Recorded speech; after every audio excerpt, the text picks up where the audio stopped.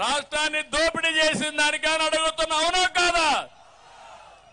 రాష్ట్రాన్ని రావణ కాష్టంగా చేసిందని నీకు ఓటేయాలనా?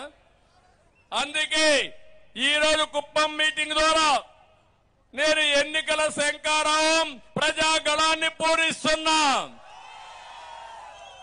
ఈ ప్రజాగళం ఉధృతంగా మారి తీవ్ర వాయుగండంగా మారి అడ్డం వస్తే కొట్టుకోబోతారు తప్ప ఆ బే ఆఫ్ బెంగాల్లో కలిసిపోతారు తప్ప ఎన్నికొచ్చే సమస్య లేదని చెప్పి నేను మీకు తెలియజేస్తున్నా.